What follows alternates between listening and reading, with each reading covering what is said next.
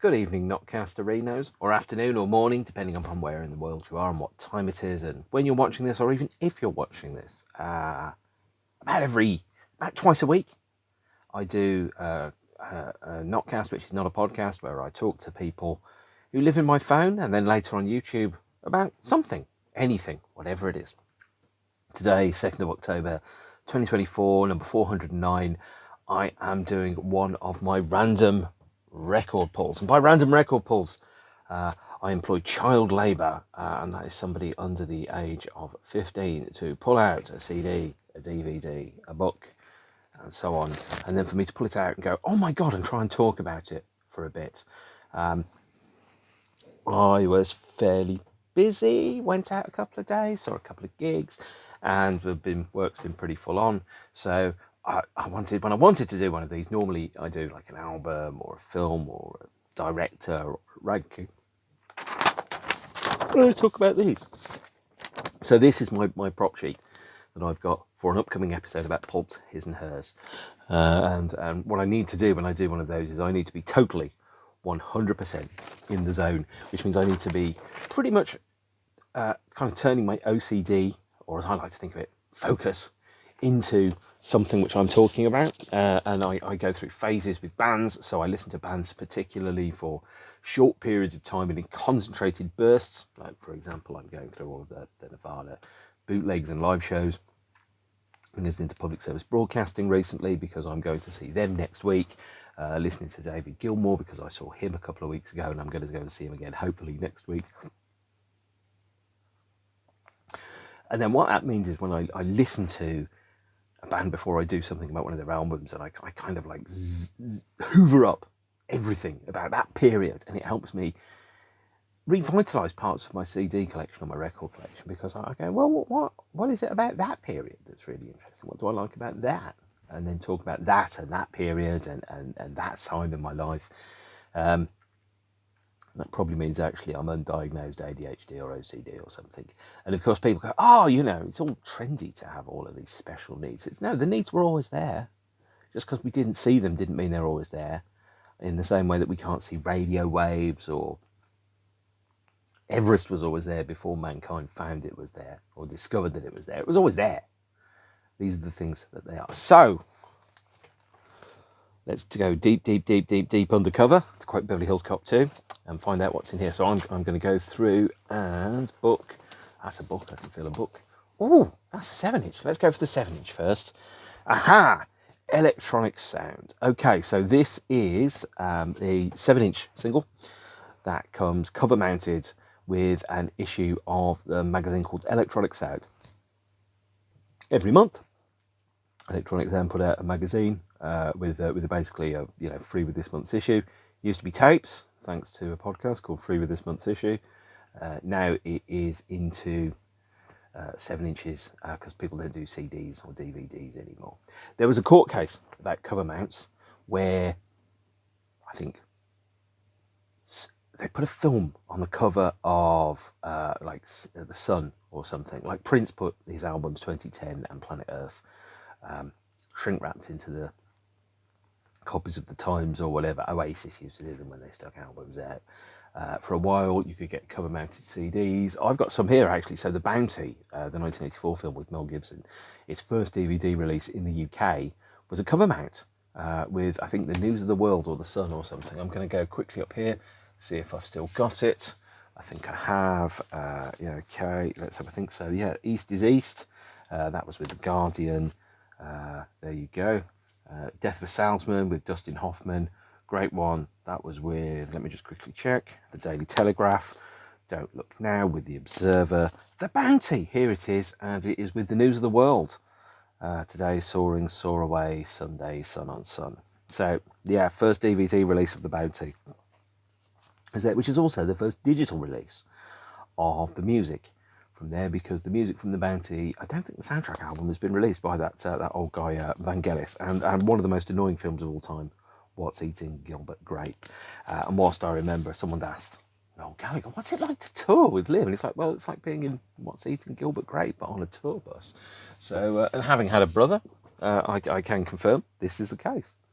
Anyway, Electronic Sound magazine have this cover mounted 7-inch single, and this is released by Electronic Sound magazine. I still have the magazine somewhere with an interview with them in, and it comes in a plastic sleeve. It's got like a little thing in there, and then an A and a B side. On the A side it has Academic, so this is the 7-inch of Academic, the Mark Reeder remix by New Order. And Mark Reeder isn't me, but occasionally people have thought that. So when I ordered some other 2 CDs off, I think was it LTM Music, the guy sent me extra stuff because he thought I was Mark Reeder, and I said no, I'm not, but thanks anyway. So this is the 7-inch single of New Order's Academic, a remix by Mark Reeder, and backed with, on the B-side, a track called Marastad by Mark Reeder himself. Mark Reeder apparently works and lives in Germany, Berlin, does some work with German musicians and German-based musicians, some of whom I vaguely know and some of whom I don't. And promoted some Joy Division gigs and stuff like that. This is the only physical release of the remixes, or any remix of Academic. The album in question, which is Music Complete, which is over here somewhere. Yep, here's the CD of Music Complete, and then later on there's an extended version called Complete Music. There was also a download-only remix EP, which I think has remixes of Academic on it, but again, download-only, not physical, can't be touched, held, bought or owned, only rented from iTunes and other bollocks. So I bought this. Don't know how much this is worth now. Don't particularly care, because it's never about how much a record is worth. It's about what it means to you that really matters, despite what you might think from my huge assortment behind me. And you will note by looking at the huge assortment behind me, the on-air sign is broken. Thanks, Tinker, you lovely furry floof. And the replacement has not yet arrived. So, Academic is not my favourite track on the album at all. I think that there are some... I'm more a fan of New Order's electronic songs as opposed to their guitar songs, and Academic is one of the more guitar-y songs. But I've seen it played live. Thoroughly okay in every way. So, next step. CD. You know what that is? I don't... New Model Army. Impurity. Okay. So, Impurity. And I mentioned before, this is part of a CD collection that I got in a, not an inheritance, but a donation from my friend Colin. And Colin loved New Model Army. He thought they were amazing.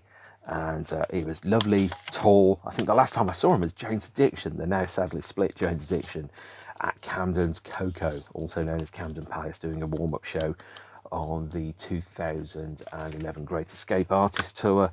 This is their 1990 album, I think. So this is the first album I remember coming out in real time. Colin loved New Model Army. I thought the world of him when he died prematurely. One of his friends, Damo, who is... Oh, hello. Oh, there's a cat in the room. Joined, and he distributed out his CD collection, of which, for a charitable donation, I received some of the New Model Army ones. Do you want to say anything to anyone, little bear? Do you? No, I don't think he does. Anyway, there you go. That's Tinker. Tinker is the one that screwed up the on-air sign a little while ago. He's a very inquisitive little bear. And I often sing the Inspector Gadget song to him. So when he's going around inspecting things, he's like, do, do, do, do, Inspector Tinker, because I'm an idiot, and so is he. All cats are, to varying degrees. Impurity is a pretty good New Model Army album. New Model Army at one point went from making okay albums to making good songs. And I definitely drifted from them over the years. This one has Get Me Out on it, which I think is great. Space is pretty good. Innocence and Purity are pretty good. Whirlwind I quite like. I don't remember Bury the Hatchet or 11 Years or Lerstadt. I think I remember Vanity, but I could be wrong. And it's okay, I guess. It's one of those albums that I knew a lot in the 90s, and I heard it a lot in the 90s, and I don't listen to it very often now, on the grounds that I can listen. It's part of my history. All these records behind me are part of my history, part of my story, part of my life. but they're not necessarily part of my day-to-day living these days. And so that means that sometimes, I don't see a band for ages, or I do see a band and I don't really, I think, that was part of me. Okay, so next one, Interstellar by the Christopher Nolan. I like this film, but logically it doesn't make a lick of sense. Now, I think I've done a Christopher Nolan ranking previously. I've seen all of his films, even Following, which is not amazing, and like them to varying degrees. I think Interstellar is pretty good. It works well on an emotional level, but it's also got, by the way, and I asked Professor Brian Cox in Leicester in 2019 what the most realistic depiction of an on-screen black hole was, and he said it was Interstellar. So there you go, certainly more realistic than the film The Black Hole with Maximilian and Vincent and Bob, which is obviously, Disney's version of Heart of Darkness. Interstellar is this strange and unusual film about time travel and love and power and human collapse and the nature and a linear way in which relationships and emotions work. But there's something about it that just doesn't work for me when I watched it, and I'm kind of going, logically there's a leap here that this film is making that I cannot get behind. And whilst it works on an emotional level as an emotional truth, it doesn't work as a logical truth. Okay, so this is where you kind of go, well, logically there's no way that you can have a Death Star.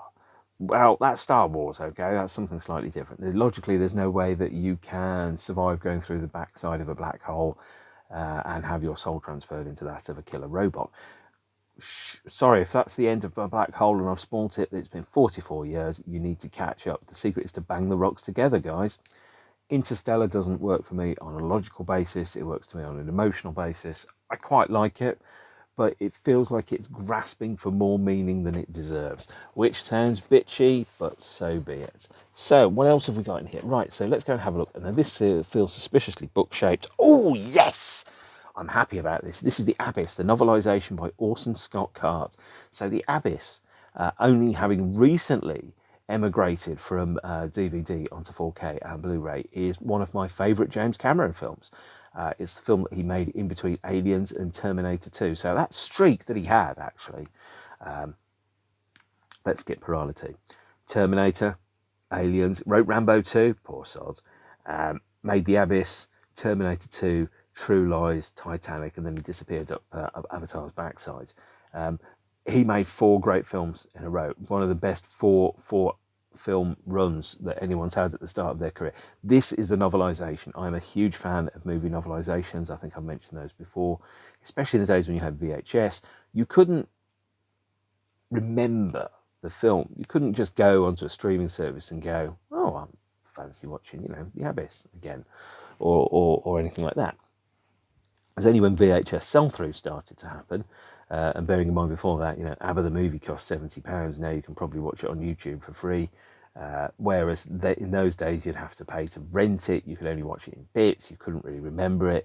You'd have to wait at least 3 years for it to come on television. So, for example, Natural Born Killers by Oliver Stone, which was released in 1994, the first time anybody saw it in the UK outside of a cinema was when it was broadcast on television. It was on Channel 5. You couldn't even buy the VHS of it in the UK because it was so controversial. So for me, the novelisation was a key part of the movie experience as a child.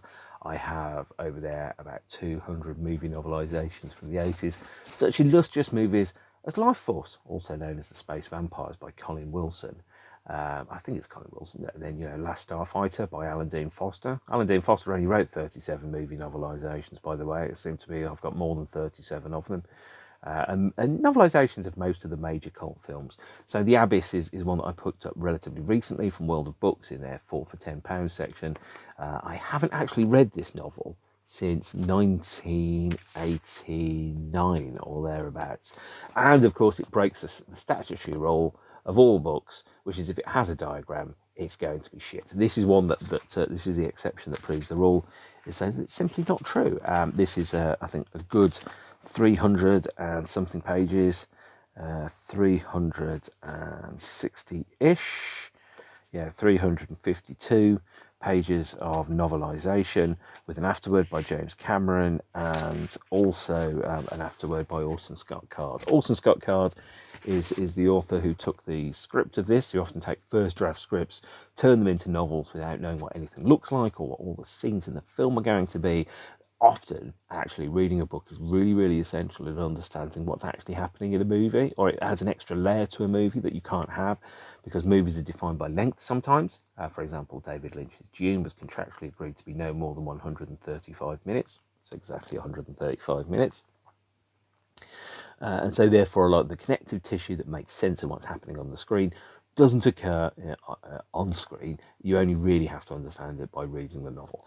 Now, you can argue, if you have to read a novel to make sense of a film, then the film has failed. And that's understandable, but there's degrees of investment in a narrative that you might have. Me, I like to understand everything. I think about everything that's going in every film I watch, even if it's Ouija, which is not amazing. I fully engage my intellect and I try to grasp exactly everything that's going on, because I don't think anybody goes into making a film or a book or a record and wants it to be anything less than bloody brilliant. And so for me, The Abyss, like much movie novelisations or many movie novelisations, is something that I'd like to read so that I understand completely what's happening on screen. Also, I'm planning on spending a lot of time in summers listening to music and reading books. I do a lot of it, and I'm going to go through all my movie novelisations slowly but surely. Getting through about 5 a summer at the moment, which perhaps isn't that many. Right, what else have we got in here? I think it's... yeah, a DVD. What DVD have we got? Oh, Jay and Silent Bob Strike Back. Okay, I haven't thought about this for ages. Okay, Kevin Smith is a very interesting filmmaker who, at a certain point, and without really knowing it, fell off the pedestal of being pretty good. I think this is probably the last film he made that was really, really good. I think the one after this one, was it Ben Affleck and Jennifer Lopez about the people that adopts the kids, and then he did stuff like Zack and Miri Make a Porno, Cop Out with Bruce Willis, some real tosh. This is probably the last one I really genuinely cared about. Clerks 2 was okay, Clerks 3 was really interesting, but everything outside of what's called the View Askew universe is not exciting to me. I love this film. I couldn't see it at the cinema because it wasn't on at any cinema that was near me. The only place I could get it was on DVD, and I got the American DVD first because there was no guarantee it would come out in the UK. So this is I think, an interesting film about how they made the movie of Jay and Silent Bob. There's also the movie about Jay and Silent Bob, and it has... when they find out a movie is being made based upon their likenesses, they head to Hollywood to get some of that sweet, sweet Hollywood scratch, as they would say, that sweet moolah. But when the dopey duo learn that they've been cut out of the cash, they set out to sabotage the flick at all costs. It has the best needle drop of Bon Jovi in any film that I've seen. It has an interesting subplot which parodies Scooby-Doo about animal rights. And it also has possibly the best Mark Hamill cameo that I have ever seen. And surprisingly, Will Ferrell's in it. Overall, it's pretty good, actually. It's very vulgar. I've certainly grown out of it. But I haven't yet felt the need to watch it again and then decide whether I put it into my recycled pile or not. His DVDs, Kevin Smith's DVDs, always good value for money. So this has a gag reel, deleted scenes, behind the scenes. Morris Day in the motherfucking time, by the way, doing, I think, Jungle Love and a whole bunch of other stuff that's in there. Anyway, good film. In no way grown up, despite the 18 rating. Possibly 18 is the maximum age you should be to watch it and really get the most out of it, I think. Right, so what have we got next? Okay, next one, last one, vinyl LP. And this is a gatefold, I think. This is Moby's Everything Was Beautiful and Nothing Hurt, the original vinyl edition from 2018. Now, I've thought about doing Moby for my NOTCASTs. And I've never quite got to the point. Oh, hello, but I've never quite got round to doing it, on the grounds that the music that he makes is, whilst I really enjoy it and I really like it, it's kind of stadium ambient. It's probably the way that I describe it. It's very mellow, and it has a tension that sits in it. So it's a mellowness that almost feels like an exhaustion, as opposed to a relaxation. And sometimes I'm very exhausted and my energy levels aren't that great. So this is a album where he's most definitely in the stage where he's selling like 1,000 copies as opposed to 1,000,000 copies of his albums. And I think his career trajectory is really, really interesting. Is that most people who have a degree of success, they're following one particular path, and then the spotlight of fame and culture kind of coincides with them for a bit whilst they travel in a certain direction, but they just carry on in their own direction, and then the spotlight kind of moves somewhere else. Kind of like the scene in The Great Escape, is that sometimes it'll track you, but it just keeps moving anyway. And if you go in a different direction, it's not watching you anymore. And I think that's very definitely what happened with Moby. And actually, I really like Moby's stuff. I think that especially where he has his vocals, that's the stuff I really like. Because even though his voice is thin and reedy and he doesn't like it, I do. It really feels like it's honest. So, Whitney Houston can sing about opening the phone book and make it sound like the most traumatic thing that's ever happened to her. Maybe can sing about having his heart broken and it sounds like it's a day at the bus stop, but for me that's more real and it's more convincing. A typical British understatement, isn't it? This is the 2018 LP, so in his LPs this is something like 15 or 16 in his list. So since then he's released, I think, All Visible Objects in 2020, Reprise and Resound, which are re-recording, rearranging and albums in 2021 and 23. 24, I think he released Always Centered at Night. So he's released 2 studio albums since this, and seems to spend most of his time either being an animal activist or sitting at home with a bunch of synthesizers making music to entertain himself in a house somewhere. With a nice view of probably some trees, which is obviously pretty admirable. Barely tours, played 2 weeks ago in London to play the 25th anniversary of the Play album. I'm not a huge fan of retrospective tours, never have been, never will be. I'd rather make new memories than old ones. And the last time that I saw him before then was the last time that he played in London, which was at Foyle's Bookshop next to the Royal Festival Hall, to about 40 people. Played an acoustic set for half an hour, which was much more enjoyable than me seeing him play to the O2 Arena to 20,000 people to do a 2-hour rave set, because frankly I'm old and knackered. What I will also say about this album is it has some really good songs on it. It kind of follows the template that he hit when he made Play. People think, oh, he's just been repeating himself ever since. But yeah, sometimes when you hit the thing that totally works for you, that you really enjoy, and you have no commercial pressures, you do what you want to do because that's what you want to do. And you follow your muse because you're financially self-sufficient. You don't necessarily need to think about, do I need to sell X thousand copies of this because my people are on the payroll and I need to pay my tax bill. Let's think about some of the films that people have made. Actually, I think I might have. Is it Willie Nelson did the IRS tapes? Because he owed the IRS loads of money to pay for his tax bill, for example. You don't want to be making albums because of that. Whereas this is clearly, one dude in his home studio making music because he enjoys it and then releasing it and not touring it, which is really more for his own amusement. And the best art comes out of an expression that feels honest and unforced, and it isn't necessarily driven by commerce, but driven by an integrity and a desire to create. I like this record. It is 12, 13 songs.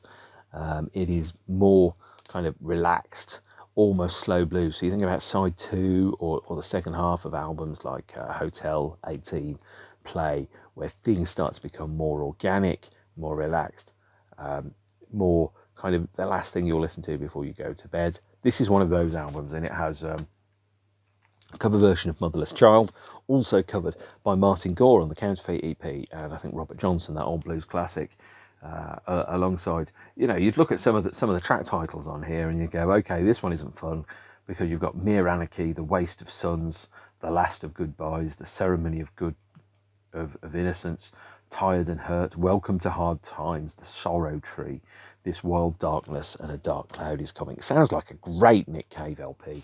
Obviously, it isn't.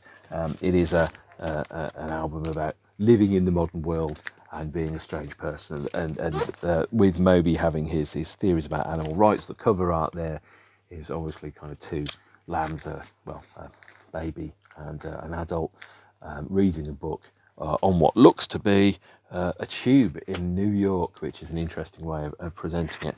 And like all of his albums, there is an essay, there are vocals that are listed on here. It's a double album, and is it coloured vinyl? I don't know actually, because loads of Moby records. No, this might be a rare black vinyl copy of it. Most Moby albums are limited editions these days. They don't sell a huge amount. Hardly anybody sells a huge amount of anything, and his album sales are really small. So some of his albums are really, really expensive and difficult to get these days. Of course, I bloody got them because that's the kind. Yeah, of course I've got them because that's the kind of guy that I am. But that is, it's a good album actually, one that I think will never be rediscovered. It will loiter in obscurity as Moby becomes effectively the kind of guided by voices of dance music, and yeah, there you are. So that is my random record release selection. We have, of course, the book, the DVD, and the good old-fashioned New Model Army. Well, that was quite fun. That means I could do something without having to think too much about it or do any homework or plan it too much. And it's been lovely to spend some time with you, and I hope I will see you again soon. I have a gig on Friday and a gig on Tuesday and Wednesday next week, so I'm not sure when the next one's going to be. I'm sure you're not waiting with bated breath because you've got other stuff to do, and who can blame you? You know, life is that thing that happens when you're busy making other plans. So take care of yourselves and each other. Stay beautiful, beautiful ones. And I will see you soon.